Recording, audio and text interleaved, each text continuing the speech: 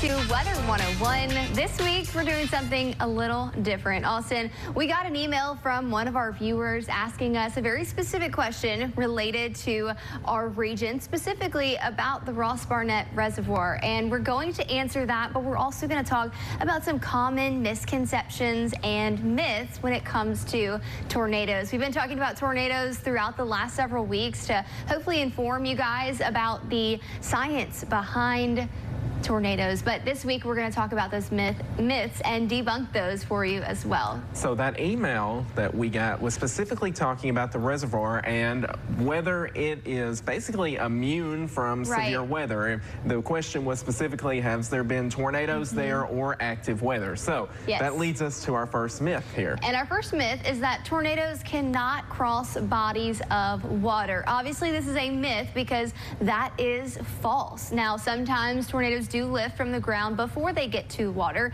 but they absolutely can cross through water and even pass all the way through and onto the next piece of land after the body of water. So with that being said, to answer your question simply, yes, tornadoes have gone over the reservoir, and non-calm weather definitely has impacted the reservoir as well. This map specifically is showing you exactly that. Tornado tracks from the National Weather Service recorded all the way back from 1950 up until present day 2025. And sure, there's not a ton, but one specifically did cross over a very large portion of the reservoir. Now, this is a low-end EF1 tornado. This is the major one that we've seen, but we have a couple other tornadoes that also barely clip parts of the reservoir as well. You can see towards the northern part of the res, closer to the Pearl River, that is where we have seen other tornadoes. And we'll give you more of a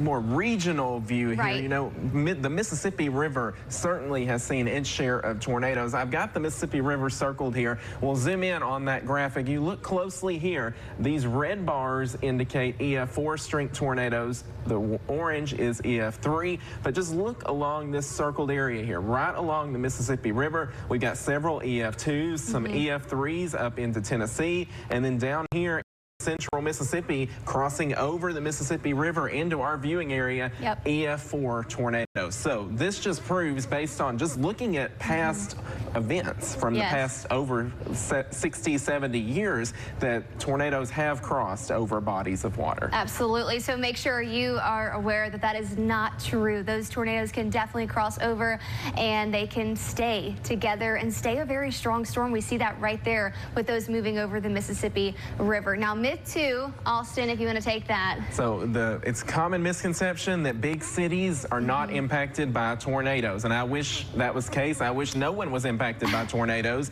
but just because the city of Jackson has not had a tornado move through it in the past several years does not mean that it is immune from these devastating storms. We're going to look at some examples of big major cities that have unfortunately had these larger tornadoes move through. New Orleans in 2022, EF3 tornado. You can see a well-defined tornado moving through the city at night. Unfortunately, did a lot of damage, and that wasn't too long ago. Again, March of 2022, that was an active year for a lot of us across the Deep South, but this storm in particular, a very strong one that went through the heart of New Orleans, and that is not the only storm in recent years that have impacted us. We also have another storm that impacted Nashville, March of 2020, and again, this was a devastating storm. Right, and this one was an EF3 tornado, moved through at night, did a ton of damage. You can see just the power flash here where all those power lines were coming down. This is the tornado illuminated by those